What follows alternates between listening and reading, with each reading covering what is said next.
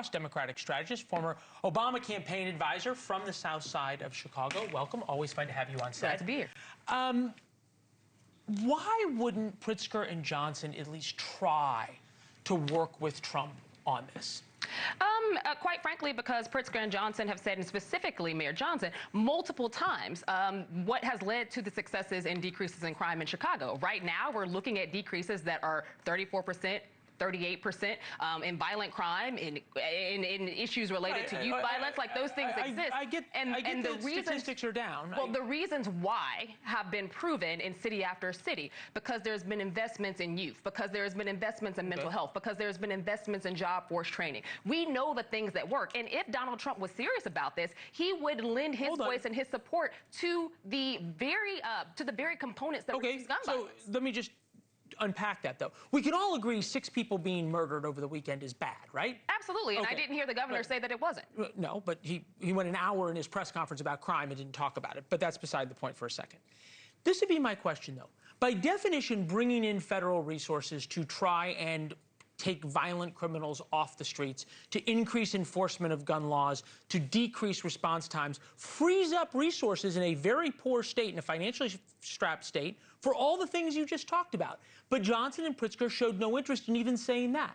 To argue that the federal resource, because the thing that I think is inherent in the statement you just made is that the federal resource that Illinois needs, that Illinois has not asked for in the same way D.C. didn't ask for, is the use of National Guard troops. I would argue that that is not the resource that the city needs. As somebody who is a native of Chicago, the South Side is my home, South Shore specifically. South Shore has always been marked by and has had significant violence over decades. It has largely increased because of the same investments in the local policies. So if the National Guard doesn't work, why has crime in D.C.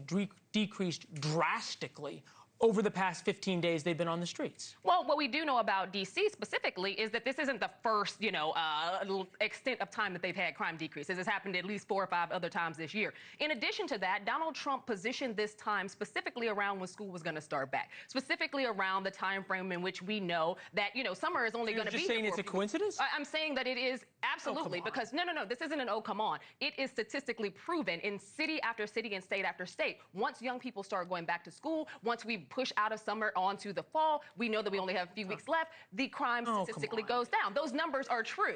Like, you can argue with facts if you want to, but that is facts. That may be true. It also may be true that people I talk to in D.C., and when I'm walking around, I feel a lot safer now with a lot more law enforcement on the street. There were a lot of places that my wife and I wouldn't go that we want to because of how scary it was. The people that I talk to in D.C., the people whose young kids are still in school in D.C., attending D.C. public schools, who have been run out of parks by the exact same forces that Donald Trump is talking about tending to Chicago.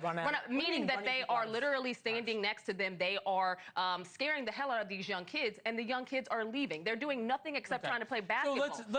I don't know. Well, the videos are all over social media. If you haven't seen them, I would say we'll look at it, but it'd be interesting. Do you understand, though, how it makes Democrats seem like they don't care about crime? And there is a city in America that has invested more in crime reduction than the city of Chicago. You cannot say that the city of Chicago. They're also the murder capital of America, so they. That's actually untrue. There are cities that have much higher murder rates. Specifically, we're talking about Memphis. We're talking about Little Rock, Arkansas. We're talking about St. Louis. We're talking about Jackson, Mississippi. All places that have Republican governors. So Trump is not putting his ire on those areas. Dumbest argument I've ever heard is that it's red states, because we all know it's blue mayors in these cities. And blue mayors in these cities are being attacked because they have different political arguments. Let me just play this from the DNC meeting this weekend. Take a listen. Where does Trump go? Migrant crime, carjackings, the really lurid, awful stuff that is a crazy, crazy visual. Don't take the bait, because most Americans are more worried about how are we going to address mental health issues. You believe that? I think that mental health issues obviously matter. Donald Trump is also talking about getting the homeless people off the street. We know that one of the drivers of homelessness also happens to be mental health issues. So if you're not going to address mental health, which Republicans like to throw up when somebody, uses a gun in one of the states they actually care about, and there's a mass shooting, all of a sudden it's mental health. But the investments in mental health are not actually seen from this White House. I think that we have to be very real about why Trump is attacking these blue cities, particularly blue cities that are led by black mayors. He has has instigated this time after time. When the man said, "I am your retribution," this is exactly what he meant. Thank you for watching. Subscribe below and download our NewsNation app right now on your phone, and you will get fact-based, unbiased news for all Americans.